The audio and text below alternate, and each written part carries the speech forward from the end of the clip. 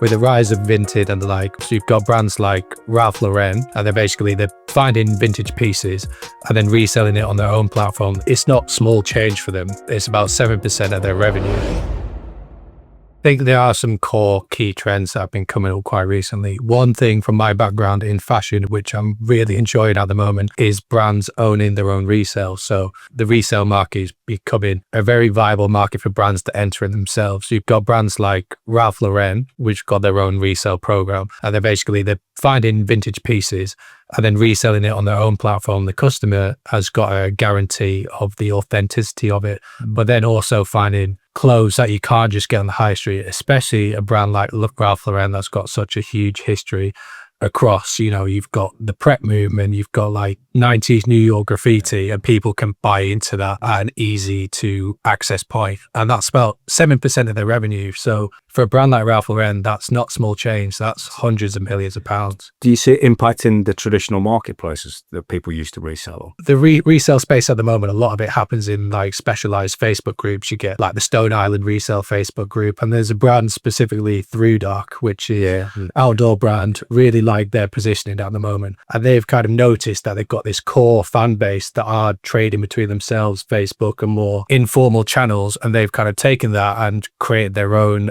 resale platform, I think through Continue. And that's great because it's already something that's happening and trading. They can capitalize on it's authentic, we can put our stamp on it, and then customers also get a great quality item that is, for Through Dark, will last a long time, but then also a cheaper price point. So that's something that's great because it's something that customers couldn't really access before, and now it's been more formalized and brand led and creating a new revenue stream. I think it protects customer experience to an extent as well, doesn't it? So, if you think about a micro brand, I see this a lot in kind of watches, micro brand watches, where they take models that have come back that people have traded in, they refurb them, new strap, service if it's an automatic watch, put that back on a marketplace within their own site, like exactly the same way.